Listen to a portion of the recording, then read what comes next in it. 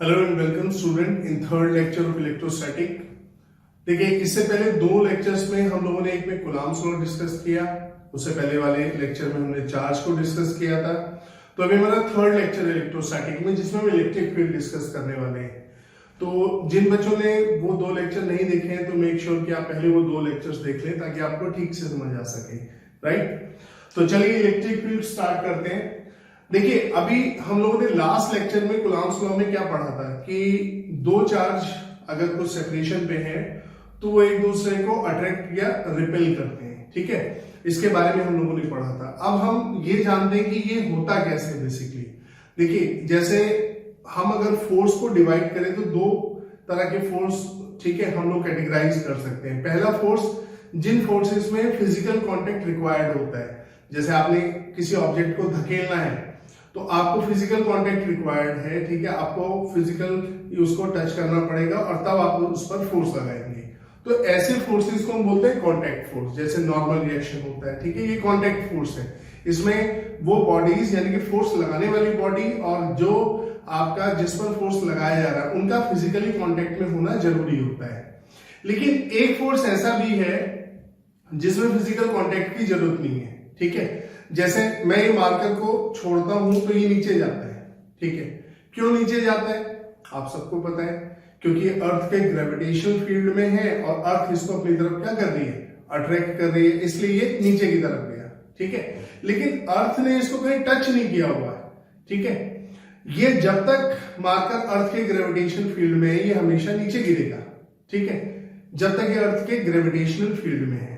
तो ये field basically होता क्या है, ये फील्ड एक रीजन है जिसके अंदर अर्थ के कारण ये ऑब्जेक्ट या ये मार्कर जो मैंने लिया हुआ है ये फोर्स एक्सपीरियंस कर सकता है। जहां तक अर्थ का ये इंफ्लुएंस फील कर सकता है, ठीक है, उसके यानी कि इस पर ग्रेविटेशनल फोर्स लग सकता है अर्थ के कारण, वहां तक अर्थ का ग्रेविटेशनल फील्ड है, ठीक है। ऐसा तो नहीं कि हर जगह लग पाएगा।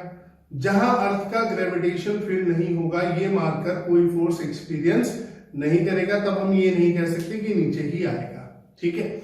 इसी तरह सेम चार्ज का भी आपका जो फोर्स होता है, जो चार्ज एक चार्ज दूसरे चार्ज पे फोर्स लगाता है वो भी बिल्कुल इसी तरीके से लगाता है, ठीक है। तो वो चार्ज क्या करता है, अपने सराउंडिंग में एक रीजन एक ऐसा होता है जिसमें जब भी कोई दूसरा चार्ज उस रीजन में आएगा तो वो इस चार्ज के कारण फोर्स एक्सपीरियंस करेगा, ठीक है। मान लीजिए ये चार्ज है, इस चार्ज के सराउंडिंग में कोई रीजन है एक ऐसा, ठीक है। उस रीजन में अगर कोई चार्ज एंटर करता है तो इसके कारण इलेक्ट्रोस्टैटिक फोर्स एक्सपीरियंस करेगा। वो फोर्स अट्रैक्टिव भी हो सकता है, रिपल्सिव भी हो सकता है, depending on polarities of this charge, कि ये चार्ज दोनों चार्ज की पोलैरिटी क्या है, ठीक है। तो सेम कॉन्सेप्ट पे आपका इलेक्ट्रिक फोर्स भी काम करता है। अब देखो, यहां इस चार्ज ने इस चार्ज को टच नहीं किया, बिना टच करे इसको अट्रैक्ट और रिपेल कर रहा है, राइट।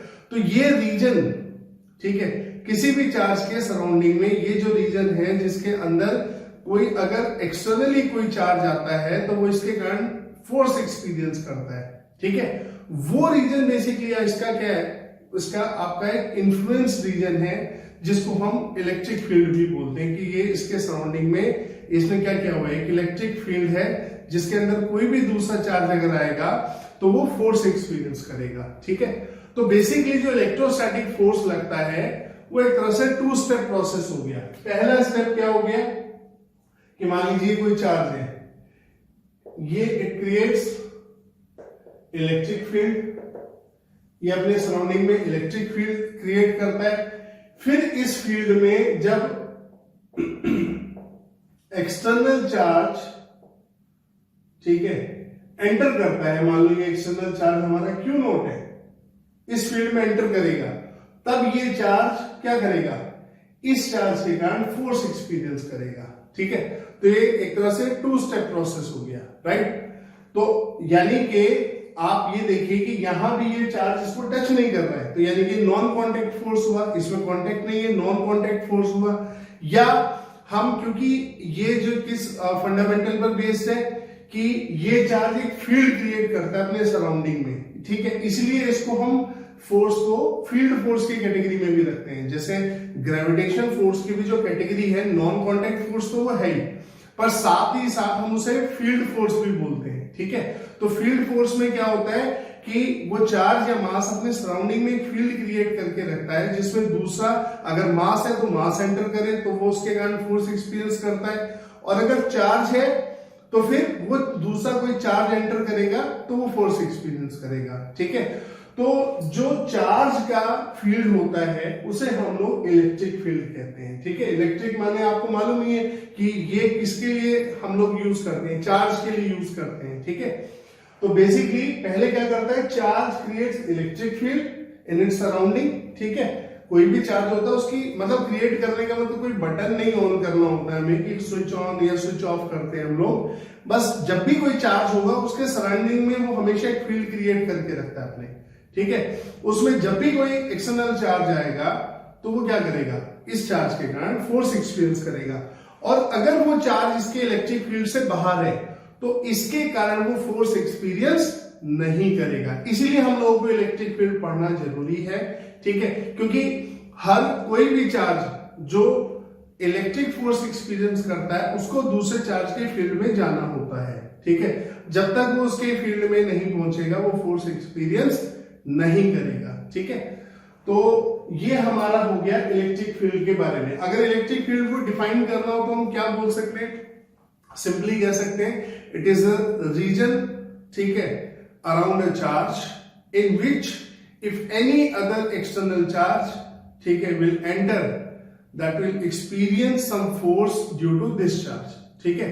तो कोई भी चार्ज के सराउंडिंग में एक ऐसा रीजन, एक ऐसा स्पेस जिसमें जब भी कोई एक्सटर्नल चार्ज एंटर करता है तो वो इस चार्ज के कारण फोर्स एक्सपीरियंस करता है, वो रीजन इस चार्ज का एक क्या कहलाता है, इलेक्ट्रिक फील्ड कहलाता है, ठीक है। अगर सिंपल इसको हम लोग डिफाइन करें, ठीक है, कोई कॉम्प्लिकेटेड डेफिनेशन इस्तेमाल ना करें, तो हर चार्ज का अपना फील्ड होता है, इस चार्ज का भी फील्ड होगा, ठीक है, क्योंकि अगर ये चार्ज इस पर फोर्स लगाएगा तो ये चार्ज भी इस पर क्या लगाएगा, फोर्स लगाएगा। लेकिन क्योंकि हम यहां पर स्पेसिफिकली इलेक्ट्रिक फील्ड को पढ़ रहे हैं तो हम इस चार्ज को, जो एक्सटर्नल चार्ज यहां पर हम लाएंगे इस चार्ज के फील्ड को समझने के लिए, इस चार्ज को हम छोटा लाएंगे मैग्नीट्यूड में as compare to this charge. ऐसा क्यों करेंगे, जिससे हम लोग प्योर इसके इलेक्ट्रिक फील्ड के बारे में समझ पाए, क्योंकि अगर ये इसके कंपैरिजन में बड़ा हुआ ज्यादा तो हो सकता है कि इसका फील्ड ज्यादा स्ट्रॉन्ग हो, ठीक है, और उससे हम इसके बारे में ना पढ़ पाए, ठीक है। तो इसीलिए क्योंकि हमें एक ही चार्ज के फील्ड के बारे में पहले समझना है तो हम लोग इसलिए दूसरा जो चार्ज हम एंटर कराएंगे इसके इलेक्ट्रिक फील्ड में, वो आपका यूजुअली आपने लिखा देखा होगा टेस्ट चार्ज होता है। तो टेस्ट चार्ज वहां कहने का मतलब यही होता है कि हम इसके फील्ड के बारे में यहां समझना चाह रहे हैं, ना कि इसके फील्ड के बारे में, ठीक है। तो इसलिए ये चार्ज छोटा रखा जाता है। कितना छोटा रखा जाता है, इसे हमने लिख दिया Q0 टेंड्स टू 0, ठीक है। तो ये हमारा जो एक्सटर्नल चार्ज है जिसे हम लोग कभी कभी टेस्ट चार्ज भी बोलते हैं, तो ये बेसिकली Q0 टेंड्स टू क्या होता है, 0 होता है, ठीक है। Q0 टेंड्स टू 0 का मतलब है Q0 approaching to 0 but not exactly equals to 0। जब भी आपको ये टेंड्स टू का सिंबल दिखाई देता है तो इसको ध्यान रखिए, इसका मतलब है Q0 is approaching to 0 but not, ठीक है, नॉट नेसेसरली इक्वल्स टू 0, ठीक है। तो ये बहुत छोटा चार्ज है, राइट, जिसे हम लोग टेस्ट चार्ज भी बोलते हैं, ठीक है। अब होगा क्या, देखिए इसको, मान लीजिए ये Q चार्ज है, ठीक है, और ये पॉइंट A पर रखा है और यहां पर R डिस्टेंस पर एक पॉइंट है P, ठीक है, और आप चाहते हैं कि इस चार्ज के कारण इस पॉइंट पर, ठीक है, हम इलेक्ट्रिक फील्ड को कैलकुलेट करें, ठीक है, इस पॉइंट पर कितना इलेक्ट्रिक फील्ड है, करेक्ट। तो ये चार्ज जो Q हमने लिया ये पॉइंट चार्ज लिया है, ये भी हमने क्या लिया है, पॉइंट चार्ज।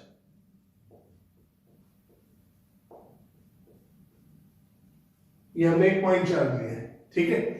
तो अब देखिए आप क्या करेंगे, आप यहां पे एक और पॉइंट चार्ज लाएंगे Q0 जो हमारा टेस्ट चार्ज का काम करेगा, ठीक है, इस पॉइंट पर लाएंगे। अब मैथमेटिकली इलेक्ट्रिक फील्ड को जो डिफाइन किया गया है वो कैसे किया गया है, देखिए वो किया गया है, ई सिंबल से डिनोट किया जाता है इसे, और ये वेक्टर क्वांटिटी होती है, ठीक है। तो electric field equals to limit Q naught tends to 0 F upon Q naught, ठीक है। इसको बताते हैं ये सिंबल क्यों आया यहां पर। अगर सिंपल सा समझे कि ये चार्ज अपने एक यूनिट पार्ट पर जितना फोर्स एक्सपीरियंस करेगा वो इलेक्ट्रिक फील्ड के बराबर होगा मैथमेटिकली, ठीक है। आप देखिए यहां पर मान लीजिए Q note charge F force experience करता है, ठीक है। तो एक यूनिट इसका कितना एक्सपीरियंस करेगा, एफ अपॉन क्यू नोट। अगर Q note charge total F force experience करता है इस चार्ज के कारण, तो इसका एक यूनिट कितना करेगा, F upon Q note charge, ठीक है, फोर्स एक्सपीरियंस करेगा। तो यानी कि फोर्स, ठीक है, पर यूनिट चार्ज, ये क्या कहलाता है मैथमेटिकली इलेक्ट्रिक फील्ड। अब सवाल ये आता है कि ये लिमिट क्यू नोट क्यों लगाया, क्यू नोट टेंड्स टू 0, ठीक है। आपने बुक में अक्सर ये एक्सप्रेशन लिखा देखा है कि electric field equals to limit Q naught tends to 0 F upon Q naught, ठीक है। तो यहां पर हम लोगों ने इस लिमिट सिंबल का यूज क्यों किया, ठीक है। इसके लिए देखिए आप एक सिंपल सा मैथ्स का एक कॉन्सेप्ट समझिए। जैसे मैंने आपको दिया y equals to 2x plus 1, और मैं आपसे कहता हूं कि मुझे x इक्वल्स टू 1 पे इसकी y की वैल्यू बताओ, ठीक है। तो आप क्या करेंगे, आप इस तरीके से वैल्यू रख के बता देंगे जी 3 आ गई, ठीक है, करेक्ट।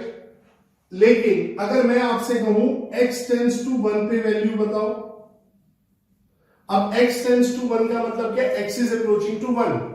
अब 1 को अप्रोच करने का या किसी भी नंबर को अप्रोच करने के दो तरीके हो सकते हैं।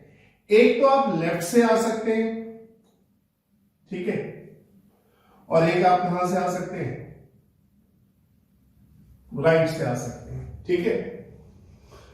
तो लेफ्ट से अप्रोच कर सकते हैं और राइट से। अब देखिए x टेंड्स टू 1 का मतलब है x is very very close to 1। अब वेरी वेरी क्लोज का मतलब क्या है, x could be approximately 0.99999 something. अब ये नंबर 1 के कहां पड़ेगा, लेफ्ट में पड़ेगा, या x कैन बी 1.0000001 समथिंग हो, ठीक है। ये किधर पड़ेगा, राइट में कहीं पड़ेगा। तो when we are saying x tending to 1, x is approaching to 1, it means कि x could be 0.9999 something और x could be 1.000000001 something, ठीक है। बहुत छोटा नंबर हो सकता है, राइट। बट दोनों ही ये क्या कर रहे हैं, ये 1 को अप्रोच कर रहे हैं। दोनों ही किसको कर रहे हैं, 1 को अप्रोच कर रहे हैं। ये भी अप्रोक्सीमेटली 1 के इक्वल है, ये भी अप्रोक्सीमेटली 1 के इक्वल है।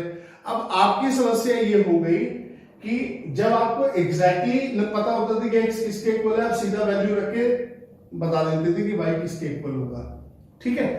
लेकिन यहां पर आप इसको रखें तो इसको क्यों नहीं रखेंगे, और अगर इसको रखते हैं तो इसको क्यों नहीं रखेंगे, क्योंकि इससे तो ये क्लियर हुआ ही नहीं ना कि x लेफ्ट से आ रहा है या राइट से आ रहा है।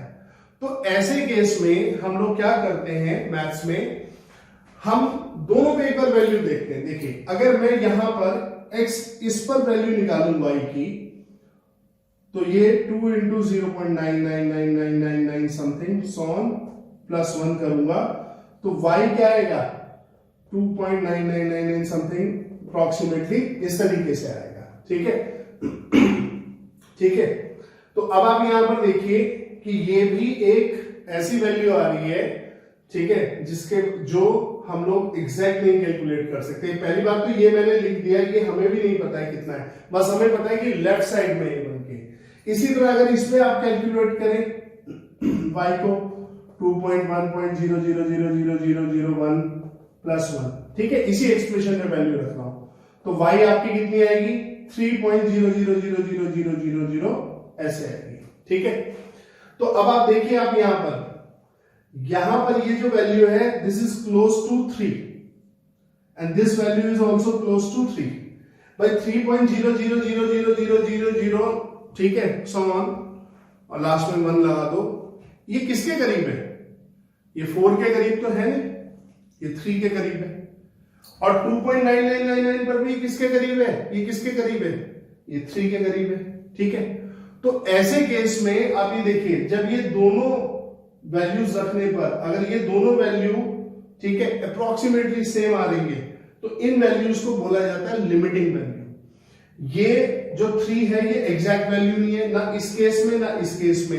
ये आपकी कैसी वैल्यूज है, ये आपकी वैल्यूज है लिमिटिंग वैल्यूज, इनको बोला जाता है। तो हम ये बताते हैं यहां पर अगर ये दोनों इक्वल है तो हम कहते हैं कि इस केस में आप एग्जैक्ट वैल्यू कैलकुलेट नहीं कर सकते हो, आप केवल लिमिटिंग वैल्यू कैलकुलेट कर सकते हो, क्योंकि एग्जैक्ट वैल्यू कैलकुलेट करने के लिए आपको ये पूरा पता होना चाहिए क्या है, ये पूरा पता होना चाहिए क्या है, वो तो हमें नहीं मालूम, हमने तो अंदाजे से ऐसे ले लिया।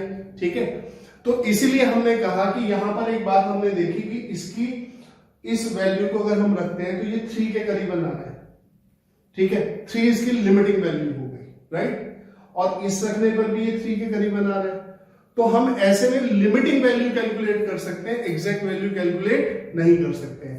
तो जब x टेंड्स टू 1 पे आपको वैल्यू निकालनी होती है तो आपको बताना होता है कि मैंने y जो कैलकुलेट किया है वो मैंने लिमिटिंग वैल्यू कैलकुलेट करके दी है, एग्जैक्ट वैल्यू कैलकुलेट करके नहीं दी है।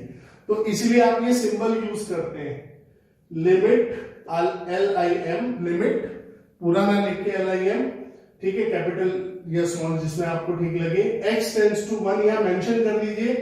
ठीक है, जो आपका ये x है ये किसको अप्रोच कर रहा है और ये आपने आगे इसकी वैल्यू डाल दी। तो इस सिंबल का मतलब ये है कि आप इसकी x टेंड्स टू 1 पे लिमिटिंग वैल्यू बता रहे हैं। ठीक है, इसकी क्या बता रहे हैं आप, लिमिटिंग वैल्यू बता रहे हैं। तो जब भी आपको कोई इस तरीके से वैल्यू कैलकुलेट करनी पड़े जहां पे एक वेरिएबल एक नंबर को अप्रोच कर रहा हो, आपको नहीं पता लेफ्ट से अप्रोच कर रहा है राइट से, तो ऐसे केस में आप केवल लिमिटिंग वैल्यू कैलकुलेट कर सकते हैं। जैसे हमने यहां पे इसको क्या बोल दिया कि भाई ये जो भी रहा होगा ये 3 के करीबन आएगा, ये जो भी रहा होगा ये 3 के करीबन आएगा। ठीक है ना, तो ये 3 जो है इनकी एग्जैक्ट वैल्यू नहीं है, ये क्या है, लिमिटिंग वैल्यू। इसलिए हम ये लिमिट का सिंबल लिख के यहां दिखाते हैं। ठीक है, कि हम यहां पर ये बताते हैं कि हम केवल इसकी लिमिटिंग वैल्यू कैलकुलेट कर सकते हैं। ठीक है, वही चीज यहां पर हुआ Q0 टेंड्स टू क्या था, 0। ठीक है, तो इलेक्ट्रिक फील्ड मान लीजिए हुआ F/Q0, और मैं इसके एग्जैक्ट वैल्यू कैलकुलेट नहीं कर सकता। क्यों नहीं कर सकता हूं, क्योंकि Q0 टेंड्स टू 0 है, तो इसलिए मुझे यहां ये सिंबल लगाना पड़ता है लिमिट का, Q0 टेंड्स टू 0। अब मैंने बता दिया कि मैं यहां पर लिमिटिंग वैल्यू कैलकुलेट कर रहा हूं। ठीक है, हमने लिया है ना Q0 टेंड्स टू 0, जब हमने शुरू किया तो Q0 टेंड्स टू 0 लिया। ठीक है, तो इसीलिए हमें यहां पर इलेक्ट्रिक फील्ड को F/Q0 नहीं लिखा हमने, क्योंकि हमने Q0 टेंड्स टू 0 लिया है शुरुआत में। टेस्ट चार्ज हमारा बहुत छोटा है, कितना छोटा है, ऑलमोस्ट 0 के करीब है, तो इसलिए हमने लिख दिया limit Q0 tends to 0 F/Q0। ठीक है, तो ये मैथमेटिकल आपका कॉन्सेप्ट है जो आप बुक में एक्सप्रेशन लिखा हुआ देखते हैं। ठीक है, तो ये एक्सप्रेशन क्यों लिखा जाता है उसका मैंने आपको एक्सप्लेनेशन दिया है। ठीक है, देखिए आप जब छोटी छोटी डिटेल्स पे जाएंगे तो ही आपके कॉन्सेप्ट्स क्लियर होंगे। आप किसी भी चीज को चलो होगा कुछ इस तरीके से अगर आप उन बातों को छोड़ते चलेंगे तो आपको मौका ही नहीं मिलेगा चीजों को समझने का। ठीक है, तो कोई भी चीज छोड़नी नहीं है, अगर कहीं कुछ लिखा है उसका कुछ मतलब है, कोई कारण है। ठीक है, तो यहां पे ये कारण है कि हमने ये जो चार्ज लिया था Q0 लेके आए थे टेस्ट चार्ज, ये Q0 टेंड्स टू क्या था, 0 था। ठीक है, तो ऐसे में जब हम इलेक्ट्रिक फील्ड निकालने जाएंगे which is force per unit charge, ये चार्ज 1 यूनिट पार्ट पर अपने, ये चार्ज अपने 1 यूनिट पार्ट पर जितना फोर्स एक्सपीरियंस करेगा वो इलेक्ट्रिक फील्ड होगा। तो जब हम उसको निकालने गए तो हमें ये सिंबल भी लगाना पड़ा। ठीक है, ठीक है, so this is your mathematical, ठीक है, expression of electric field which is limit Q0 tends to 0 F/Q0। अगर ये Q0 टेंड्स टू 0 नहीं होता तो इसको यहां पर लगाने की जरूरत नहीं होती, लेकिन जब हम इलेक्ट्रिक फील्ड कैलकुलेट करने जा रहे हैं तो हमने ये कंडीशन यहां पर ली। ठीक है, क्लियर, तो ये आपका इलेक्ट्रिक फील्ड का मैथमेटिकल एक्सप्रेशन हो गया। और आप इसको थ्योरेटिकली डिफाइन करें तो कैसे करेंगे, इट इज अ स्पेस और रीजन, ठीक है, around a charge in which another charge can experience its influence, कि एक चार्ज के सराउंडिंग में उसके अराउंड एक ऐसा कोई स्पेस या वो रीजन, जैसे भी आप उसे बोलना चाहे, जिसमें कोई दूसरा चार्ज उसका इन्फ्लुएंस फील कर सके। अब इन्फ्लुएंस क्या हो सकता है चार्ज का भाई? या तो वो अट्रैक्ट कर सकता है या वो रिपेल कर सकता है, ठीक है। तो इलेक्ट्रिक फील्ड बेसिकली आपको सही समझ देता है कि इलेक्ट्रोस्टैटिक फोर्स काम कैसे करता है, कि चार्जेस अपने सराउंडिंग में इलेक्ट्रिक फील्ड क्रिएट करके रखते हैं। तो जब एक चार्ज दूसरे चार्ज के फील्ड में एंटर करता है, ठीक है, तो वो उसके कारण एक्सपीरियंस करता है फोर्स। अब इस चार्ज का भी तो अपना इलेक्ट्रिक फील्ड है, तो वो भी तो उसके में एंटर हो गया, ठीक है। इस कारण से वो चार्ज भी फोर्स एक्सपीरियंस करता है। तो ऐसा नहीं है कि इस टेस्ट चार्ज का कोई इलेक्ट्रिक फील्ड नहीं था, पर जैसे कि मैंने बताया, मुझे इस चार्ज के कारण यह फील्ड समझना था, तो मैं इसको अगर बहुत मजबूत लेके आता, बहुत ज्यादा बड़ा चार्ज लेके आता है इसके कंपैरिजन में, तो मेरे लिए समझना मुश्किल हो जाता है। इसलिए मैं इसको पहले क्या लेके आया समझने के लिए? स्मॉल लेके आया। कितना स्मॉल लेके आया? Q नॉट टेंड्स टू 0 के बराबर, ठीक है। So that's your mathematical expression of electric field. और इलेक्ट्रिक फील्ड क्या होता है उसका डेफिनेशन भी हो गया, ठीक है। चलिए इसका स्क्रीनशॉट ले लीजिए, फिर आगे बढ़ते हैं।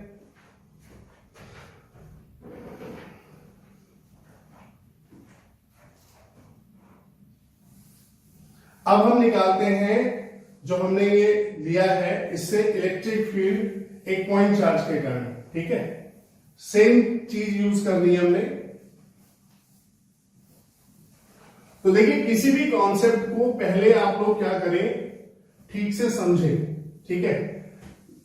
जल्दी से उसकी डेफिनेशन, मैथमेटिकल स्टेटमेंट की तरफ भागना, क्योंकि हमारी एक हैबिट बनी होती है याद करने की, याद करना। उसको छोड़िए, उसको समझिए। समझ के देखिए, समझेंगे तो याद अपने आप रहेगा, करना नहीं पड़ेगा। करना पड़ेगा मतलब एक फोर्स कर रहे हैं आप अपने आप को, ठीक है। So you don't need to do that. आप चीजों को दिमाग में रखिए, समझिए उन्हें, वो खुद ब खुद याद होंगे आपको, ठीक है। चलिए, अब electric field due to a point charge. Electric field due to a point charge. Electric field बहुत इंपॉर्टेंट है। और कुलाम्स लॉ क्यों इंपॉर्टेंट है? क्योंकि कुलाम्स लॉ के बेस पे ही हम लोग समझेंगे, ठीक है। अब मान लीजिए वही सिचुएशन पहले वाली, ये पॉइंट ए है, इस पर एक चार्ज क्यू रखा है, यहां ये पॉइंट पी है, इस पर मैं एक चार्ज क्यू नॉट लेके आया, ठीक है। इसको कैपिटल क्यू ले लेते हैं, चलो, ठीक है। तो ये मैं क्यू नॉट लेके आया, right, and this Q naught tends to 0। ये हमारा क्या हो गया? Test charge. अब कुछ बुक में इसे सीधा सीधा 1 ले लिया गया है, कोई जरूरत नहीं है, ठीक है। बेसिक समझिए, 1 से बच्चे कंफ्यूज भी हो जाते हैं कई बार। ये आर डिस्टेंस हो गया, क्लियर।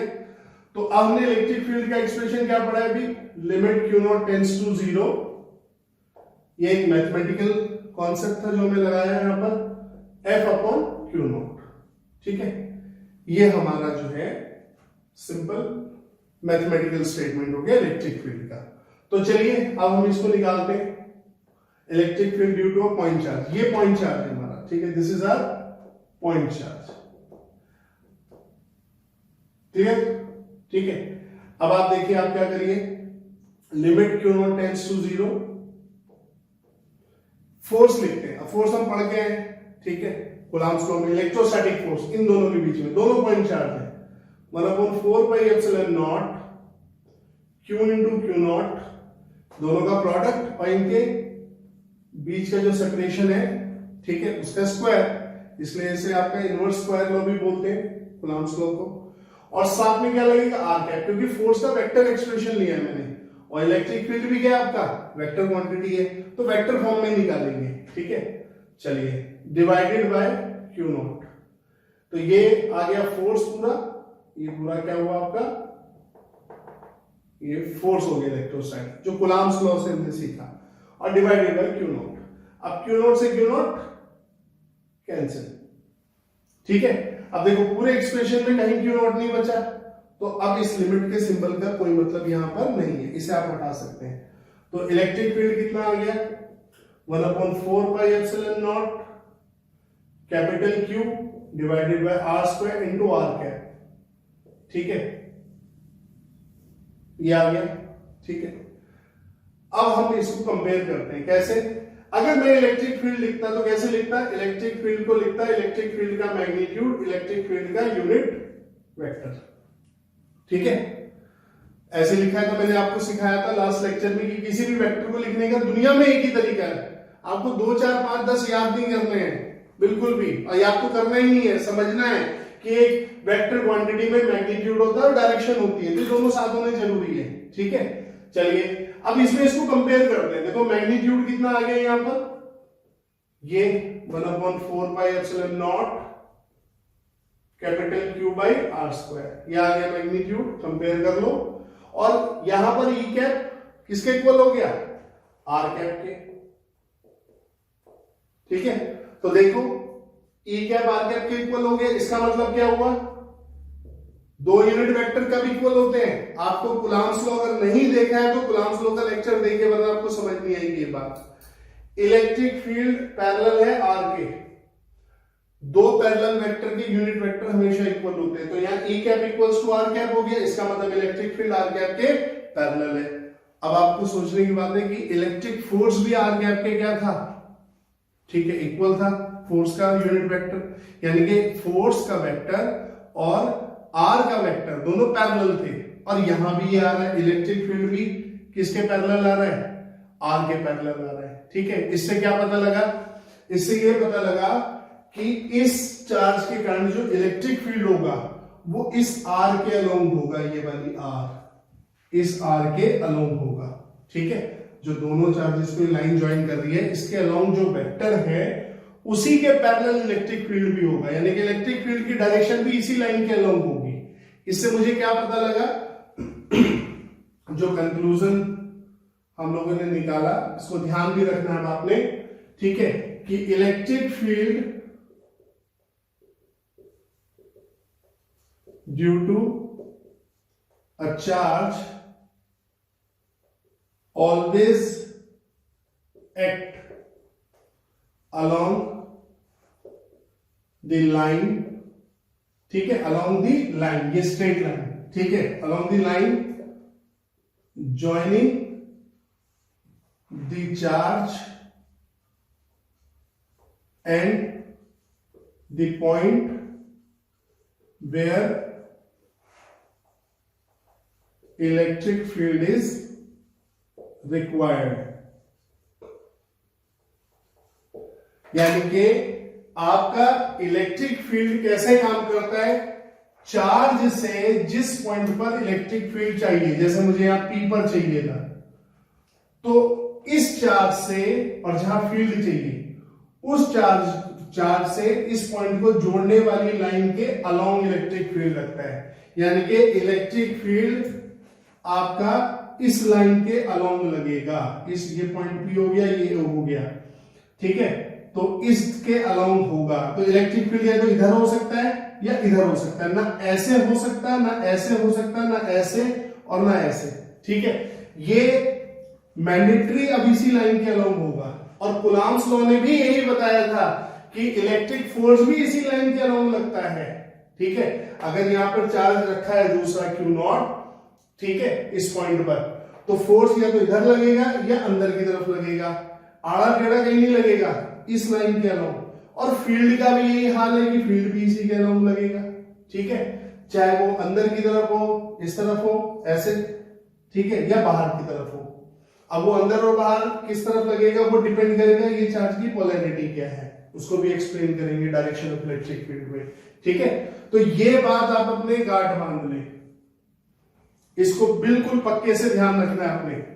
अगर आप ये बात ध्यान रखेंगे तो आपको बिल्कुल भी प्रॉब्लम नहीं होगी इलेक्ट्रिक फील्ड में भी। ठीक है, so this was your electric field due to a point charge, right. बिल्कुल सिंपल है एकदम, देख लीजिए एक बार, स्क्रीनशॉट ले लीजिए इसका।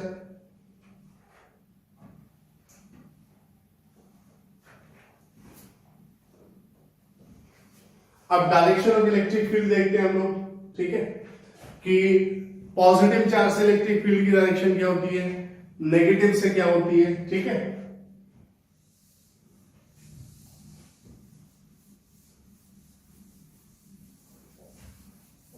आप सारी चीजों को फंडामेंटली बिल्कुल कनेक्ट कीजिए, आपको चीजें समझ भी ज्यादा आएंगी, याद भी नहीं करना पड़ेगा।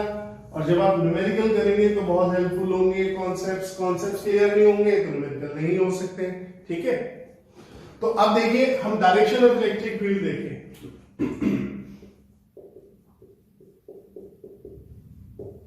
कुछ भी याद नहीं करना पड़ेगा, अगर आप सारी बातों को मेरे ध्यान से सुनेंगे तो आपको कुछ याद नहीं करना पड़ेगा, सब समझ आएगा। और जो बेसिक्स में इनके साथ डिस्कस कर रहा हूं आपको पूरी फिजिक्स में हेल्प करने वाले हैं। ठीक है, हमारा मकसद ये है कि 11th का जो नुकसान हो गया है बच्चों का, वो कोविड के कारण नहीं पढ़ पाए या किसी कारण से खुद मेहनत नहीं कर पाए, उस चीज को हम यहाँ पर कंसीडर करके चल रहे हैं। इसलिए हर बेसिक को हम आपको डिस्कस कर रहे हैं। ठीक है, बस आपको इनको समझना है, नहीं समझोगे पूरी फिजिक्स जाएगी आपकी।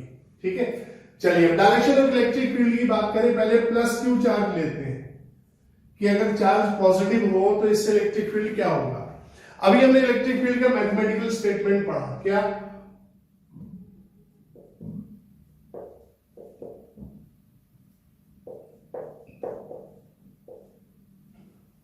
ठीक है, देखो मैंने लिमिट नहीं लगा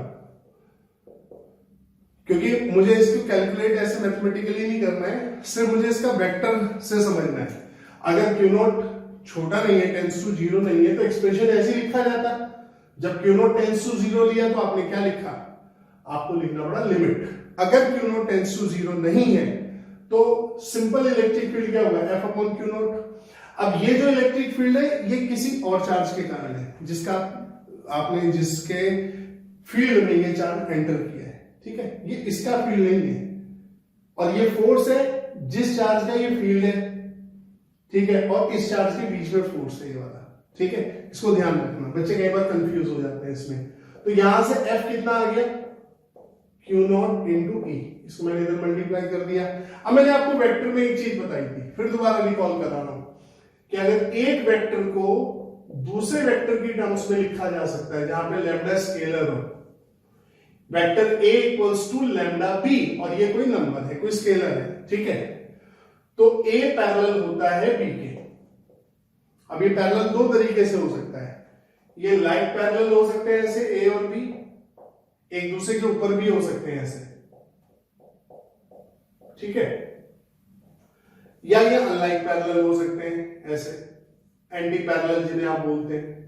ठीक है, इस तरीके से A की डायरेक्शन इधर और B की इधर। पता कैसे चलता है?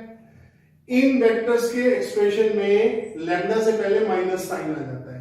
अगर प्लस साइन है तो लाइक पैरेलल। ठीक है, और अगर माइनस साइन है प्लस साइन में लाइक पैरेलल। यहां अगर लैम्डा से पहले प्लस है और लैम्डा से पहले अगर माइनस है तो ये अनलाइक पैरेलल हो गए, जिन्हें आप एंटी पैरेलल बोलते हैं, अनलाइक पैरेलल वेक्टर्स। ठीक है, वो ऐसे होते हैं एक दूसरे के अपोजिट। क्लियर? तो इसलिए अब मैं यहाँ पे जो भी क्यू नॉट का चार्ज होगा, साइन होगा, वो कंसीडर करके चलूंगा। तो चलिए अब यहां पर देखते हैं कि कैसे फील्ड की डायरेक्शन निकाली जाती है। तो जो मेरा रेफरेंस चार्ज है वो प्लस क्यू है, जिसका फील्ड की डायरेक्शन हम देखना चाहते हैं कि प्लस क्यू के कारण फील्ड की डायरेक्शन क्या होगी। तो चलिए देखते हैं। अब देखिए मैंने क्या किया, इस पॉइंट P पर मैं प्लस क्यू नॉट चार्ज लेके आया। ठीक है, तो अब आप देखिए क्या करेंगे, इससे फोर्स की डायरेक्शन देखो, प्लस क्यू इसको क्या करेगा? रिपेल, तो फोर्स की डायरेक्शन होगी ये। क्लियर? आप एक्सप्रेशन कैसे लिखोगे? F equals two plus Q not, और इसके कारण यहां पे इलेक्ट्रिक फील्ड E है। अब देखो फोर्स और फील्ड एक दूसरे के पैरेलल है, तो जिस डायरेक्शन में फोर्स है उसी डायरेक्शन में इलेक्ट्रिक फील्ड होगा, और वो भी कैसा? Like parallel. कैसे होंगे? लाइक पैरेलल, क्योंकि बाहर क्या है? Plus sign. क्या है? Plus sign. तो इसका मतलब फील्ड की डायरेक्शन भी इधर हो गई। तो देखो फोर्स और फील्ड दोनों एक तरफ हो गए, तो इससे ये डायरेक्शन इलेक्ट्रिक फील्ड की किधर आ रही है? बाहर की तरफ। अभी प्लस चार्ज से दूर जा रही है। ठीक है, आपने ये पढ़ा होगा कि प्लस से इलेक्ट्रिक फील्ड अवे जाता है। क्यों जाता है उसका मैथमेटिकल आपको रीजन मालूम पड़ जाएगा यहाँ पर किस कारण से होता है। आपने सिर्फ याद किया है, तो अगर आप थोड़ी सी मेहनत करेंगे तो समझ भी आ जाएगा, याद नहीं करना पड़ेगा। ठीक है, अब मैं माइनस क्यू नॉट चार्ज ले आया यहाँ पर। देखो इसको चेंज नहीं किया मैंने, अब मैंने यहाँ पे माइनस क्यू नॉट चार्ज लेके आ गया। अब देखिए ये चार्ज इसको क्या करेगा? अट्रैक्ट। ये चार्ज इस चार्ज को क्या करेगा? अट्रैक्ट। एक्सप्रेशन कैसे लिखोगे? F equals to minus q naught e, minus charge है। अब फोर्स और फील्ड पैरेलल है अभी भी, बट कैसे? Anti parallel, unlike parallel. ठीक है, अनलाइक का मतलब है कि पैरेलल तो है एक दूसरे के, लेकिन एरो अपोजिट है, डायरेक्शन अपोजिट है। तो फोर्स इधर है तो फील्ड की डायरेक्शन किधर होगी? इधर। तभी तो ये इसके अपोजिट होगा, एंटी पैरेलल होगा, तो फील्ड इधर आ गया। ठीक है, देखो यहां प्लस चार्ज लाया तो भी फील्ड बाहर की तरफ आया, माइनस चार्ज लाया तो भी फील्ड बाहर की तरफ। क्यों आया? क्योंकि ये माइनस साइन है, ये नेगेटिव साइन क्या बता रहा है? ये एक दूसरे के एंटी पैरेलल है। ठीक है, तो फोर्स और electric field unlike parallel vector है, लाइक, तो ये आपका जो होगा आपका बाहर की तरफ जाएगा। इससे क्या कंक्लूड किया दोनों केस से? कि पॉजिटिव चार्ज से हमेशा इलेक्ट्रिक फील्ड क्या होता है? अवे होता है। ठीक है, electric field always away from positive charge. Positive charge से इलेक्ट्रिक फील्ड हमेशा क्या होता है? अवे होता है। ठीक है, राइट। तो देखिए कितना आसान है। तो अब यहां पर रटना तो नहीं पड़ा हमें। अब यही बातें अगर बच्चों का वेक्टर क्लियर है तो वो खुद समझ सकते हैं। इसके अंदर कोई भी ऐसा रॉकेट साइंस नहीं है कि उनको समझना है, वो बहुत इजीली समझ सकते हैं, बस आपको थोड़ा वेक्टर का नॉलेज होना चाहिए। ठीक है, तो ये तो हो गया पॉजिटिव चार्ज के कारण इलेक्ट्रिक फील्ड। ठीक है, आई होप आपको समझ आया होगा। ठीक है, स्क्रीनशॉट ले लीजिए, मैं फिर हम नेगेटिव से बताता हूं।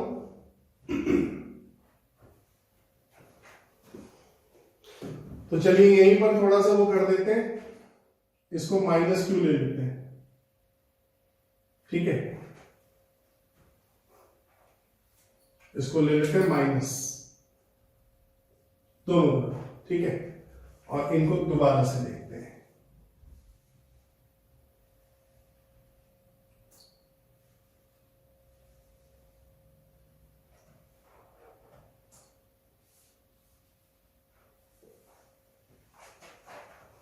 देखिए जब ये आप माइनस क्यू ले लेंगे, अब आप देखिए आपको साइन इसका लेना है, इसका नहीं लेना, इसका साइन नहीं लिया जाता। ठीक है, इसके वेक्टर में नेगेटिव साइन का मतलब होता है डायरेक्शन को अपोजिट करना, वेक्टर में नेगेटिव का कोई मतलब नहीं होता। ठीक है, सिर्फ डायरेक्शन अपोजिट करनी है, राइट। तो अब देखिए यहां पे आप क्या देखेंगे, ये चार्ज इसको क्या कर रहा है? अट्रैक्ट, फोर्स इधर हो गया। अब इसके कारण जो फील्ड है वो है ई, और ये कितना है? Plus Q not. ठीक है, तो प्लस साइन आ रहा था, तो फोर्स और इलेक्ट्रिक फील्ड दोनों एक दूसरे के पैरेलल हो गए। और कैसे पैरेलल हो गए? Like parallel vector. ठीक है, लाइक इस तरह एरो एक तरफ होंगे दोनों के सेम साइड, तो इलेक्ट्रिक फील्ड का एरो भी इधर जाएगा क्योंकि बाहर प्लस साइन है यहां पर। ठीक है, तो ये प्लस और माइनस किस पर डिपेंड कर रहा है? इस वाले पे कर रहा है अभी तो। ठीक है, अब यहां पर देखिए, यहां पर ये भी माइनस, ये भी माइनस, ये इसको क्या करेगा? रिपेल, इधर की तरफ, इधर की तरफ। अब यहां पे आप क्या लिखोगे? माइनस क्यू नॉट इंटू ई, ई इसके कारण इलेक्ट्रिक फील्ड, तो बाहर माइनस क्यू नॉट आ गया, ये वाला रख दिया मैंने वैल्यू, तो ये कैसे हो गए? अनलाइक पैरेलल हो गए क्योंकि माइनस आ गया बाहर। ठीक है, तो अब इसके अनलाइक क्या होगा भाई? ये इधर है तो इलेक्ट्रिक फील्ड इधर होगा, ये लीजिए, ये इलेक्ट्रिक फील्ड हो गया। तो देखिए मैं प्लस चार्ज लाया है यहां पर, जब माइनस चार्ज के कारण फील्ड यहां पर ई फील्ड था, अब उसकी डायरेक्शन क्या थी ये देखना था हमें। तो मैं प्लस चार्ज लाया तो भी अंदर आया, माइनस लाया तो भी अंदर आया, तो इसका मतलब ये दोनों केस में अंदर आ रहा है। अगर ये माइनस चार्ज है, इसके ऊपर डिपेंड ही नहीं कर रहा है कि ये चार्ज पॉजिटिव है या नेगेटिव है। बात समझ आई? ये किस पे डिपेंड करता है कि जिसके चार्ज के कारण इलेक्ट्रिक फील्ड है वो नेगेटिव है या पॉजिटिव है। तो यहां ये नेगेटिव था, तो देखो नेगेटिव से इसका मतलब इलेक्ट्रिक फील्ड की डायरेक्शन क्या हो गई? Towards the negative charge. तो electric field always towards the negative charge. तो नेगेटिव चार्ज के हमेशा इलेक्ट्रिक फील्ड की डायरेक्शन क्या होगी? टुवर्ड्स।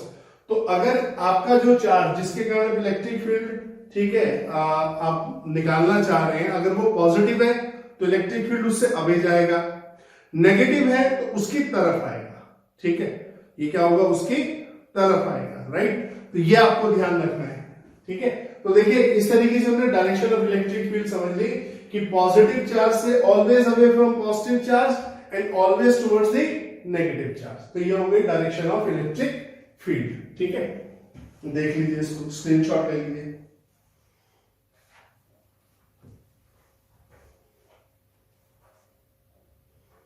चलिए अब आगे बढ़ते हैं इसमें।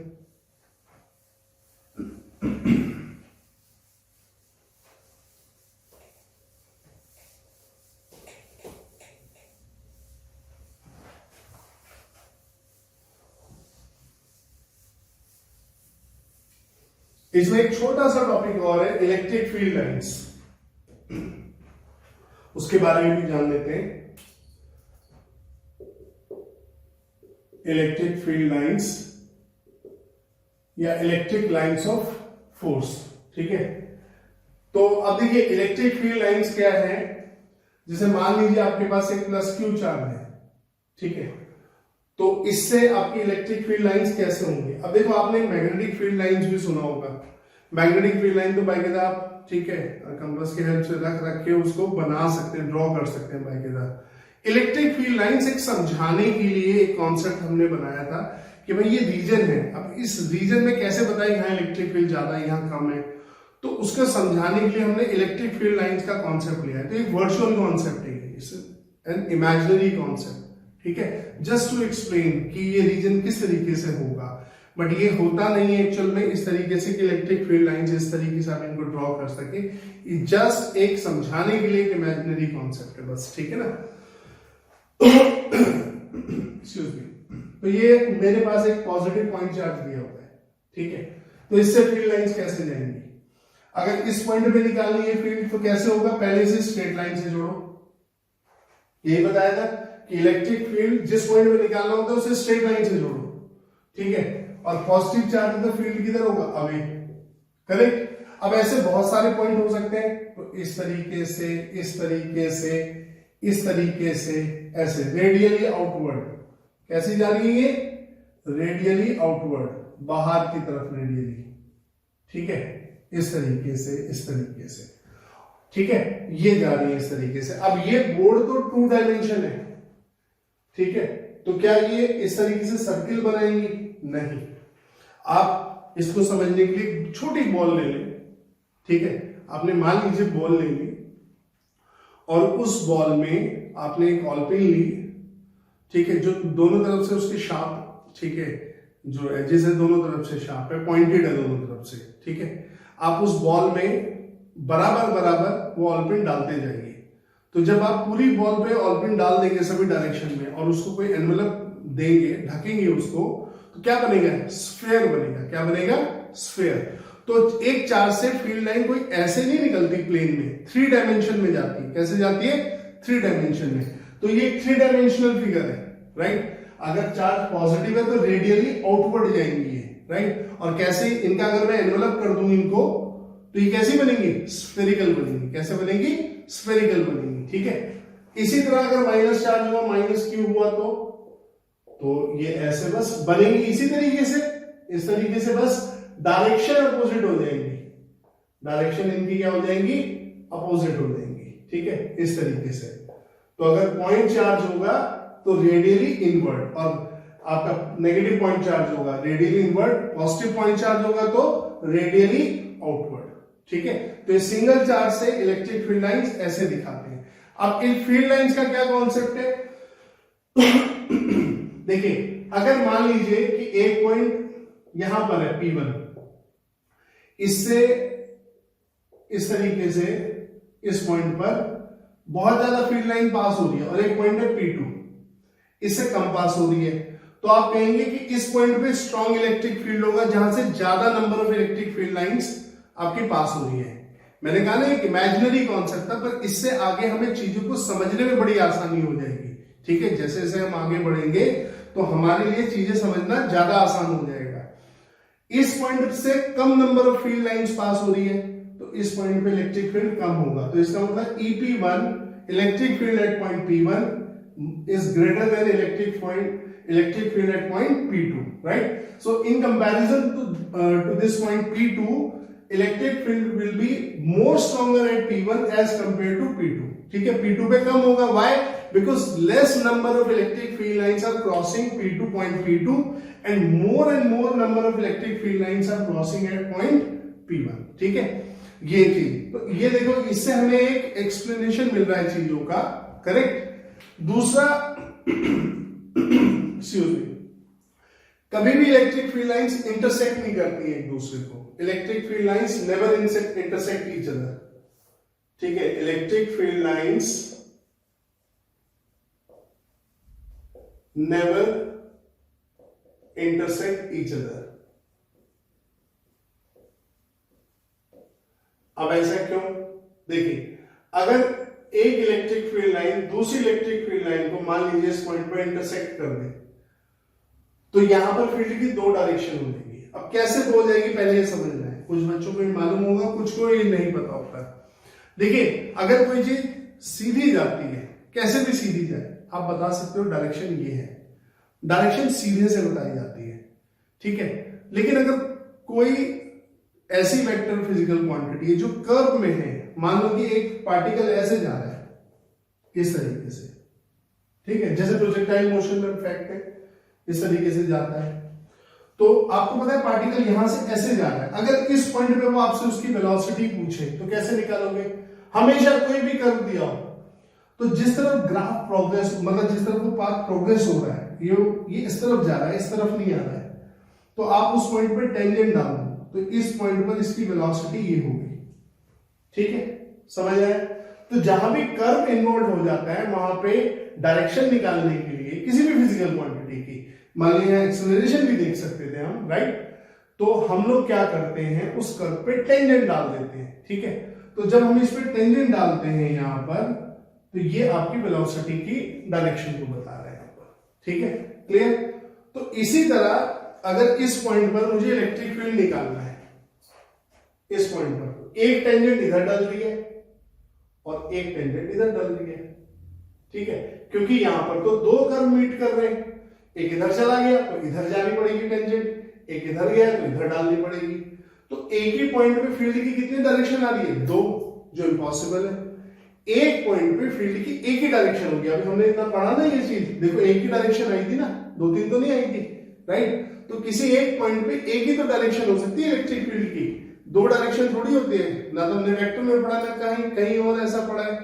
तो इलेक्ट्रिक फील्ड की जो है, अगर वो इंटरसेक्ट करेंगे इलेक्ट्रिक फील्ड लाइंस, तो उस पॉइंट पे इलेक्ट्रिक फील्ड की दो डिफरेंट डायरेक्शन हो जाएगी, विच इज नॉट पॉसिबल, ठीक है। So electric field lines never intersect each other. Why?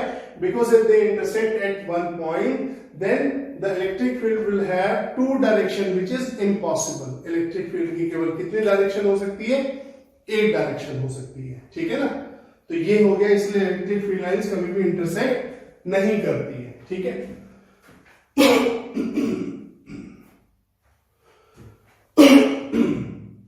चलिए आगे बढ़ते हैं। देखिए, जहां जहां बोर्ड में साफ करता हूं उससे पहले आप स्क्रीनशॉट्स ले सकते हैं, ठीक है ना।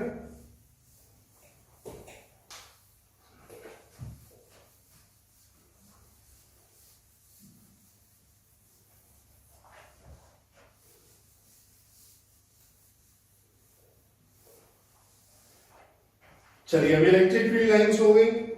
अभी इसमें कुछ और फील्ड देखें। अगर एक चार्ज हो, दो चार्ज हो, तो देखिए मान लीजिए दो पॉजिटिव चार्ज हो इस तरीके से, तो कैसे होगा?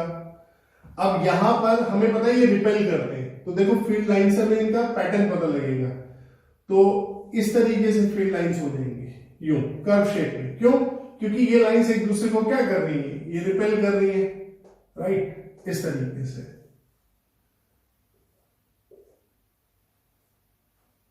तो ये सब रेडियली ये ऐसे आउटवर्ड जानी थी, अब यहां पर ये रिपल्शन के कारण ये मोड़ रही है, ठीक है, ये चीज बता रही है, ठीक है। तो अगर दो पॉजिटिव चार्ज होंगे तो इस तरीके से पैटर्न बनेगा, ठीक है। अगर यही दो नेगेटिव चार्ज होते तो भी पैटर्न ऐसे ही बनता, बस डायरेक्शन का अंतर हो जाता, ठीक है। यू कर्व घुमा दीजिए, बिल्कुल वैसे ही बन रहे जैसे अभी बनाया हमने, बस यहां पर एरो अंदर की तरफ आएगा क्योंकि नेगेटिव चार्ज है। नेगेटिव चार्ज में फील्ड क्या होता है? टुवर्ड्स द नेगेटिव चार्ज, ठीक है, इस तरीके से। ये नेगेटिव उसके लिए हो गया आपका, राइट। अब यहां पर हम देखें, अगर एक पॉजिटिव एक नेगेटिव हो तो क्या होगा, तो यहां फील्ड लाइंस क्योंकि अट्रैक्ट करते हैं एक दूसरे को, इससे निकलते हुए इस पे जाएगी ऐसे, ठीक है। इससे हमें पता लग रहा है एक दूसरे को अट्रैक्ट कर रहे हैं। देखो पॉजिटिव से निकल के नेगेटिव पर टर्मिनेट हो जा रही है, राइट।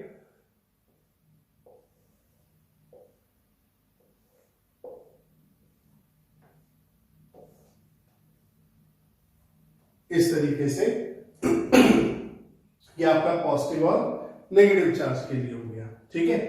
कंडक्टर में भी इलेक्ट्रिक फील्ड लाइंस बताई जाती है, मैं वो आपको जब आगे एक्सप्लेन करूंगा तब वहां पर आपको वो चीजें समझाऊंगा, ठीक है। अभी मैंने बिल्कुल बेसिक पैटर्न बता दिए कि अगर दो पॉजिटिव चार्ज होते हैं तो रिपेल करेंगे, ये भी रिपेल करेंगे, ऐसे लाइनें मुड़ जा रही है और ये एक दूसरे को क्या करेंगे, अट्रैक्ट करेंगे। इसलिए एक जगह से शुरू होकर पॉजिटिव चार्ज से शुरू होकर नेगेटिव पे टर्मिनेट हो जाती है फील्ड लाइंस, ठीक है। सो ये आपका फील्ड लाइंस के बारे में था। चलिए साफ कर देते हैं इसको भी। अब हम देखिए, हमने अभी बेसिक्स जो है फील्ड और फोर्स के, वो बेसिक्स हमने पढ़ लिए हैं, ठीक है। अब इनको जब वर्किंग में लगाएंगे तो जब हम न्यूमेरिकल्स करेंगे तो न्यूमेरिकल्स अच्छे से डिकोड जब भी हो पाएगा जब हमारा ये पार्ट सॉलिड तरीके से हमने पढ़ा हुआ है, ठीक है। न्यूमेरिकल करने के लिए ज्यादा हाथ पैर नहीं मारने होते, कॉन्सेप्ट्स को कॉम्प्लिकेटेड करके कॉम्प्लेक्स करके नहीं पढ़ना होता, बल्कि उनको बिल्कुल इजी तरीके से आने देना होता है अपने दिमाग में विद, ठीक है, विद एवरी पॉसिबल रीजन, ठीक है। जो भी आपका वहां पर पॉसिबल रीजन है उस कॉन्सेप्ट को समझने के लिए वो आपको समझ आना चाहिए, उसका एक्सप्लेनेशन आप में होना चाहिए। उसके बाद न्यूमेरिकल करना कभी भी टफ नहीं होता है, ठीक है।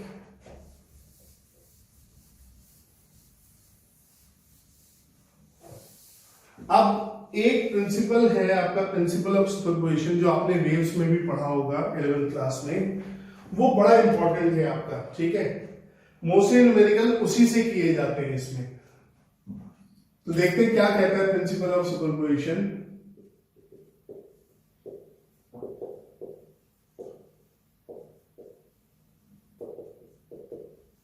तो प्रिंसिपल ऑफ सुपरपोजिशन देखिए, जहां भी दो चार्ज से तीसरा चार्ज आया ये प्रिंसिपल लगेगा, प्रिंसिपल ऑफ सुपरपोजिशन, ठीक है।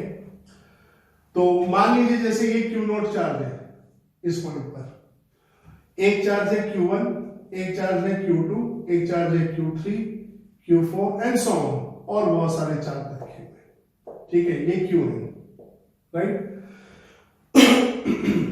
इनके बीच का सेपरेशन R1 मान लेते हैं या R2 मान लेते हैं, R3, R4, Rn, राइट। तो प्रिंसिपल ऑफ सुपरपोजिशन बड़ा सिंपल सा ये कहता है, ये फोर्स इन जितने भी चार्जेस हैं, जितने भी चार्जेस हैं, ठीक है, n चार्जेस हैं, इनके कारण जो फोर्स एक्सपीरियंस करेगा, ठीक है, वो किसके इक्वल होगा, F net equals to F1, ठीक है, प्लस F2। अब यहां पर F1 F2 क्या है, F1 फोर्स है इनके बीच का, F2 है इनके बीच का, F3 है इनके बीच का, F4 है इनके बीच का, Fn है इनके बीच का। यानी कि Q1 Q0 पर जितना फोर्स लगा रहा है, Q2 Q0 पर जितना फोर्स लगा रहा है, Q3 कितना फोर्स लगा रहा है, Q4 कितना फोर्स लगा रहा है, यानी कि इनके इंडिविजुअल फोर्सेस, इस चार्ज का अपना इंडिविजुअल फोर्स जो Q0 पे लगा रहा है, इस चार्ज का अपना इंडिविजुअल फोर्स, इसका अपना इंडिविजुअल फोर्स, इसका अपना इंडिविजुअल, और बाकी सबका, और इसका Q1 का individual.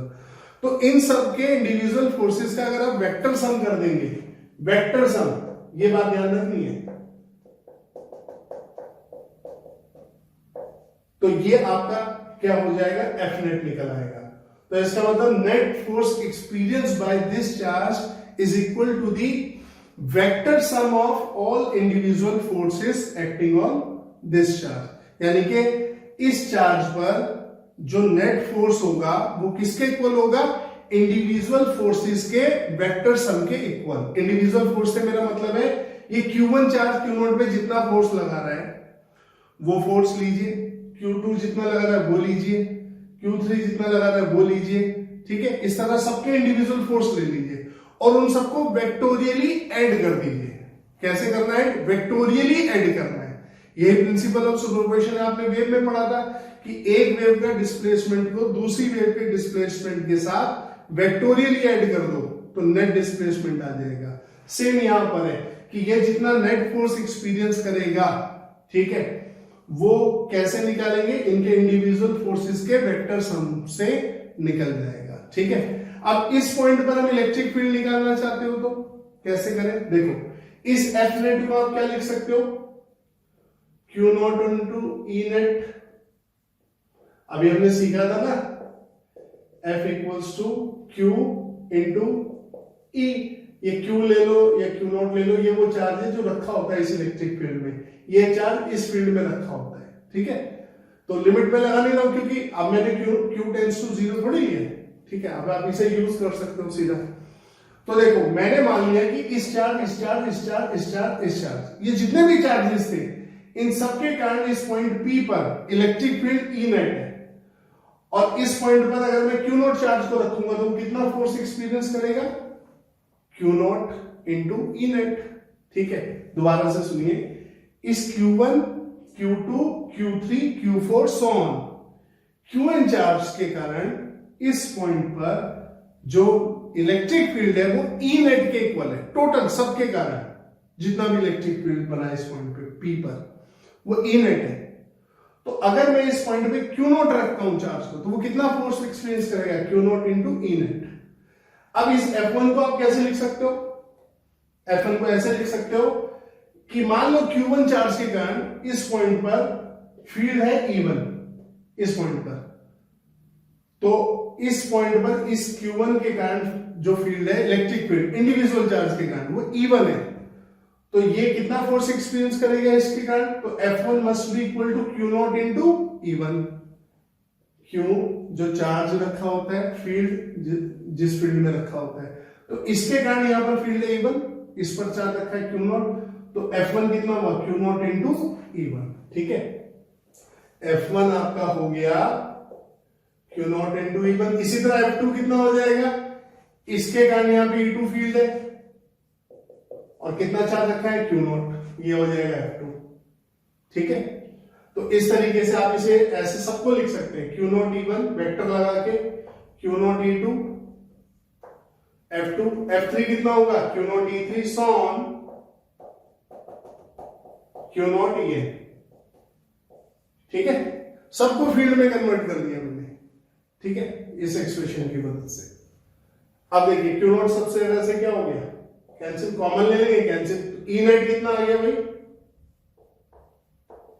E1 plus E2 plus E3 sworn EN। इससे क्या पता लगा कि प्रिंसिपल ऑफ सुपरपोजिशन यहां भी काम करता है, ठीक है। कैसे काम करता है कि अगर किसी एक पॉइंट पर आपको बहुत सारे चार्जेस के कारण इलेक्ट्रिक फील्ड निकालना हो तो क्या करें? पहले एक चार्ज के कारण उस पॉइंट पे इलेक्ट्रिक फील्ड निकालें, फिर दूसरे कारण, फिर तीसरे कारण, फिर चौथे कारण, सो ऑन, सबके कारण अलग अलग निकाल दें और उनको वेक्टोरियली सम कर दें। क्या कर दें? वेक्टोरियली सम कर दें, ठीक है। तो electric field at a particular point due to many charges is nothing but what? It's a vector sum of electric field due to individual charges. तो जितने भी इंडिविजुअल चार्जेस के इलेक्ट्रिक फील्ड है उन सबका वेक्टर सम क्या हो जाएगा? नेट इलेक्ट्रिक फील्ड हो जाएगा, ठीक है।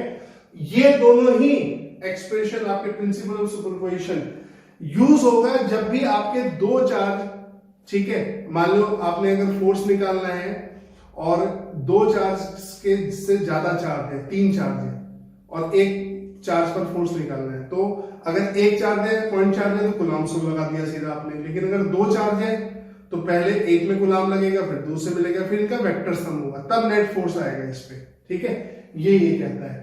इसी तरह फील्ड निकालना है तो पहले इसके कारण निकालो, फिर इसके कारण, फिर इसके कारण, फिर इसके कारण। जब एक से ज्यादा चार्ज है, ठीक है, फील्ड में एक से ज्यादा चार्ज होना चाहिए, ठीक है, तो आप इस तरीके से निकालेंगे और फिर इनका क्या करेंगे? वेक्टर सम कर देंगे, तो ऐसे आ जाएगा। तो ये ध्यान रखें, जहां भी आपके चार्जेस बढ़ेंगे तो आपको प्रिंसिपल ऑफ सुपरपोजिशन लगाना पड़ेगा और इनको वेक्टोरियली ऐड करना है। इस बात पे खास ध्यान रखना है, यानी कि फिर किसका इस्तेमाल आएगा? वेक्टर का आएगा, ठीक है। तो अगर वेक्टर का बेसिक आपका स्ट्रांग होगा तो आपको ऐसी प्रॉब्लम करने में कोई भी दिक्कत नहीं होगी इसके बेस पर जो होगी। तो ये लेक्चर यहीं तक। इस लेक्चर में हमने जो बेसिक थ्योरी थी वो हमने अभी पढ़ी है, कॉन्सेप्ट्स। अब इनके बेस पर नेक्स्ट लेक्चर में हम लोग प्रॉब्लम्स लगाएंगे। अब मैं आपको बताऊंगा कि आपने अभी तक जितने कॉन्सेप्ट्स मैंने सिखाए, तो कैसी भी डिफिकल्ट प्रॉब्लम आपके पास आ जाए, आप उनको कैसे बहुत इजीली सॉल्व कर सकते हैं। तो ये 3 लेक्चर, मेरे तीनों के तीनों लेक्चर आप मेक श्योर कि आपने ठीक से पढ़ लियो, तभी आपको न्यूमेरिकल्स में समझ भी आएगा, मजा भी आएगा, और आपको पता लगेगा कि कॉन्सेप्ट्स को आसानी से पढ़ना क्यों जरूरी, उनको ज्यादा कॉम्प्लिकेटेड मत कीजिए बिल्कुल भी। ठीक है, चलिए, थैंक यू।